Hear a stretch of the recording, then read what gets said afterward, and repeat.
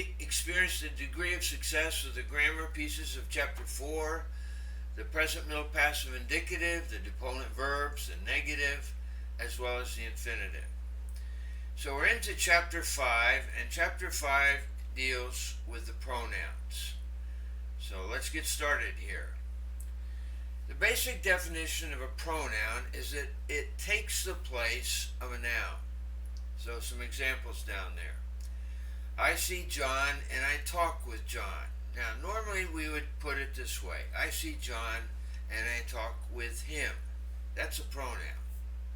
I read his book. That's a pronoun. We announce to them. Pronoun. Our fellowship is with the Father.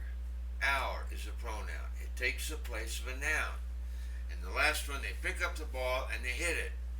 Another pronoun. Now, the personal pronouns, first, second, and third person, singular and plural, I, you, he, she, it, we, you, they. Those pronouns were inherent in the verb system that we've been working with. Now, we have a picture here to help us with the basic form of the first, second, and third personal pronoun. We have a little person in the midst of this selling booth. That's polypronoun. She is pronoun. She's a cheerleader. And off to the left there, you'll see ego for the pronoun ego. And with him is Sue. And they are riding an autos, an auto. So those are the three personal pronouns. I, you, he, with those Greek forms. Ego, Sue, autos.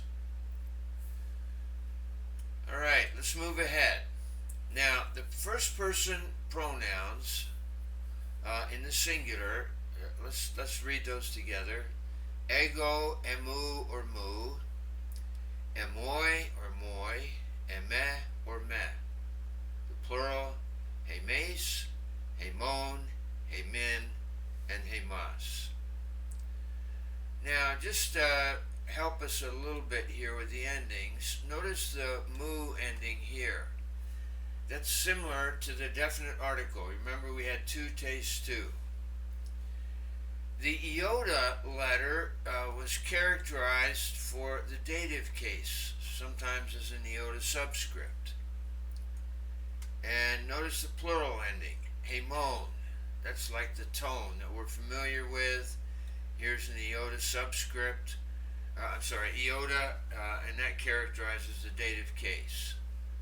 And finally, with the accusative, it looks a little bit like the definite article, tas, where we had tus, tas, ta. All right, we have a memory picture to help us with these, so let's take a look. Now, here's that little person by the name of Ego, in the shape of an egg. Now, notice here, our friend Ego, he's a golfer, and he is mooing, strange sound. Why? Because it's a moist May. He can't get out and play golf, so he's mooing. So, ego, moo, moi, me. Ego moos because it's a moist May. Now, here are the plural endings. Let's say those together one more time. Hemes, hemon, hemin, hemas. So, our memory picture here for the plural, we have a hay ace. Notice the ace there, he's got hay stalks sticking out of him. He owns, that's for the plural ending there, and the genitive, and in, called the vase. So that helps us with ace, own, in, us. So hemes, hemon, hemin, and hemas. Now, we saw the picture of Sue in that introductory picture. She is a Sioux Indian. And what is she eating? Soy seeds. So we have Sioux, soy, se. Now, I picked Sioux here because of the letters OU, which is like the genitive here. So Su is eating soy seeds. Su, soy, and se. Now, the plural forms are very much like the first person. Pronounce these with me. Humes, humon, humin, and humas. Now, notice the ace that we have right here, and above him is an owl that goes hoo, hoot. So the owl which cries hoo, as he is perched on the ace that owns an inn called the vase. So the endings of the first person plural and second person plural are nearly identical. The difference lies in the letter upsilon here. The first person had the letter eta.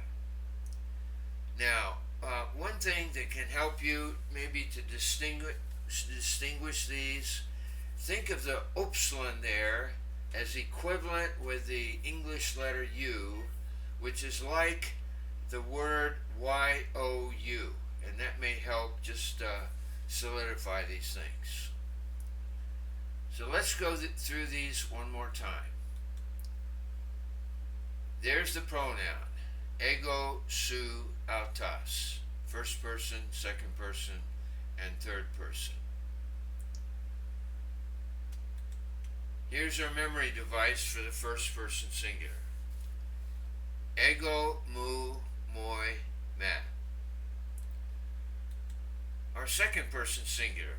Su, soy, se. Our first person plural. Hemes, hemon, hemen, and hemas. And the second person plural here is humes, humon, humin, and humas. Now, here's the third person pronoun, autas. Notice the feminine form, aute, and then the neuter form, auta. Look at the genitive. Autu, autes, autu. Now, what do you notice? The endings here are like the definite article. So it's really not like learning a whole set of all of these endings since you know the definite article.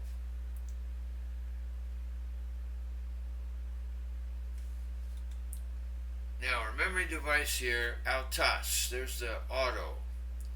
He's got Art Icicle in the back in the rumble seat. And we put Art Icicle back there because that reminds us of the article endings. Alright, we have a little practice here. What I'd like you to do is I'm going to hit my pause button, and then we'll come back and compare notes with what you did. So hang on. Well, let's compare what you saw and wrote down. The first one, didaske autan, he or she teaches him. Autan there is a masculine singular accusative. It's just like the article tan. The second one, en auto. It's either a masculine singular dative or a neuter singular dative. Be translated in him or in it. The third one, ha angelos mu. My messenger or my angel. Mu there is the first person pronoun in the genitive case, singular. The fourth one, hoi mathetai su, your disciples. The next one, hoi adelphoi hemon blepusin hemas. So our brothers see us. The next one, agamen humas eistan oikon hemon. We lead or bring you into our house. So humas there is the second person plural pronoun in the accusative case.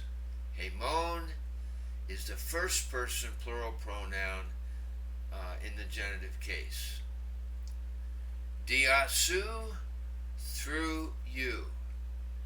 Now notice here how the preposition sort of overrides the normal meaning of the genitive case since it's working with a preposition. We wouldn't want to say through of you, simply through you. And the last one, lego autois, I speak to them. That's a third person personal pronoun in the masculine plural dative. Well, I hope you felt a degree of success. How did you do? Thanks so much.